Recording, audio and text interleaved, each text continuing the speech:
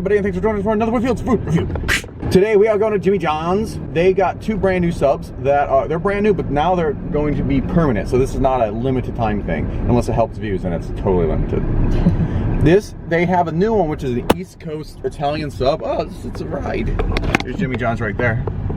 They don't drive through, do they? Oh, no. Shoot, that'd be nice. But they have 2 new subs. One's an East Coast Sicilian, and I looked at it, and it seems like it's just an Italian. Oh, they do have it. So we know that for next time, but yeah. North Parkway, out here, I guess. But we, it looks like an Italian sub with double the meat, which is great and all, but I want something different.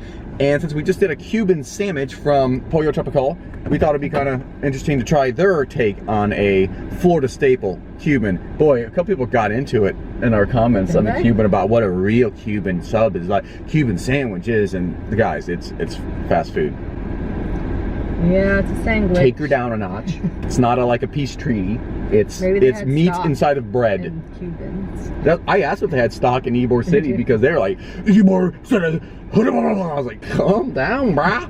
It's a sandwich. Like, my dad invented that, and there's like some family pride on the line. But either way, we got the Jimmy Cubanos, and it's their take on it because there's bacon on it. And then someone's gonna be like, ain't no Cuban on it. I get it. It's their take on it. So I'm excited to go try it.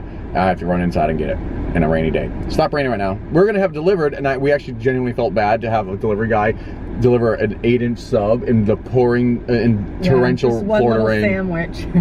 So we just decided to go get it. So anyway.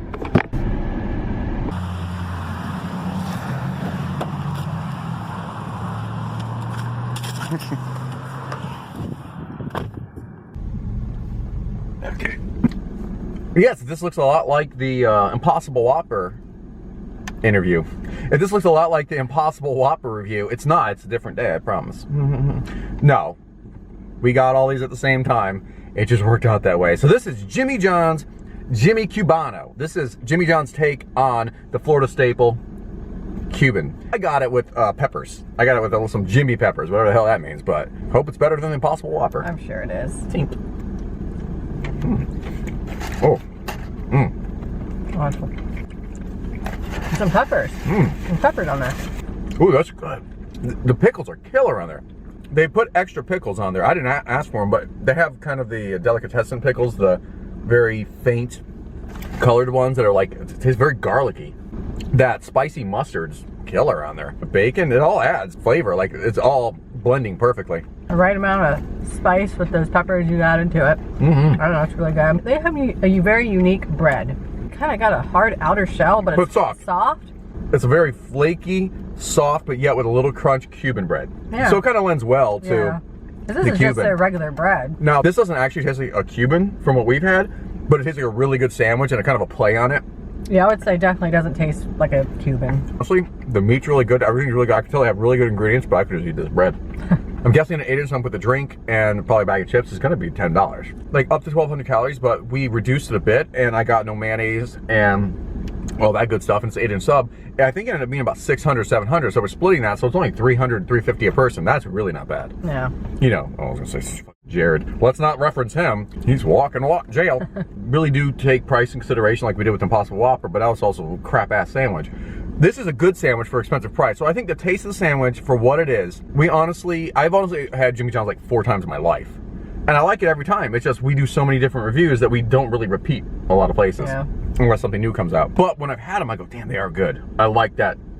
A lot of people complain that they're minimal. While it's minimal, it enhances the flavors you get. It's not just this melange of nothingness that you're like, well, there's a lot of it at least. Quality over quantity. I think the sandwich is, with the peppers on it, I'll say a 4.8, 4.9 out of 5. Like, I don't see how that personally could have been better as it is. I could have gone for some mayonnaise. Well, see, if you like mayonnaise, then you get mayonnaise. So, but, I mean, that doesn't make it or break it for me. I just prefer mayonnaise on it. So, yeah, I'd say about 4.5. If we're basing it on whether or not it tastes like a Cuban. No, it doesn't. It doesn't taste like a Cuban. But it's just, it's just a good sandwich. Yeah. That is an expensive sandwich. I mean, you can get an entire Little Caesars pizza for $5. Yeah.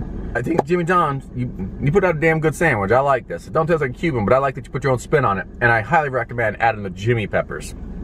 They're not hot peppers, they're Jimmy peppers. They're very good though. Anyway guys, that's what we think. Let us know what you think. Please put your words into sentence format down in the comments below and we can communicate, because that's how it works. Also, hit that notification button. I think we're at like 15% of our subscribers have hit the notification button. So please guys, hit that notification button. It really helps us out. Hit that like button, helps us out. Subscribe, share with your friends, share with your family, share with your foes, and they'll be your foe no more. I know, I didn't even make a rhyme. I've been messing that up so bad lately. I hate to say it's a catchphrase. It's a catchphrase. It's not. I made it up one time and it kind of was like, oh, I'll just do that again. So anyway, guys, our new drunk food is coming out this weekend. If you don't know what that is, that's where we drink beer. We drink a 6-pack and make something we shouldn't. This week is Jen and Nick go to White Castle, except we don't have White Castle, so we make it at home and we deep fry it in beer batter. Why not? What could go wrong? If you want the uncensored version, that's going to be on Patreon and on Rockfin because YouTube's like, no, you're not. So I'm like, okay. No beer here. As it is. No beer or curse words here. No joke, guys. I'm being honest. When I put up the last drunk food on YouTube, it ticked some people off because I put the censored version on there, and it's a trimmed down version. It's like 5 minutes opposed to 15 on the other one, and people got really mad. Some people unsubscribed and said, you know, oh, you sold out. No, we're not selling out. This is for real. As soon as I put that up, demonetized immediately. There's no swearing in that. I cut out all the swearing. There's no even like questionable jokes in there. And I cut out most of the beer drinking. There's a couple like chug and sips in there, and I immediately got demonetized. It came back. It came back. I did a review, and then our next video immediately was demonetized when I put it up. It used to do that. Mm-hmm. And it would, the first full day, which is when you get most of your views, it could not be. It was not suitable for advertising. And the last one we did was Arby's. So luckily it came back, but that's what I'm trying to say. YouTube does that. If you get on their shit list once, all your videos from that point on has to go through a review process, which means you lose about 90% of your revenue. It's crazy. So anyway, guys, that's how it is. We really appreciate your support. We love you guys. We love your comments. We love your faces. We can't see your faces, but I think I love them too. I assume they're lovable. Most of them. Like I was talking about, until next time.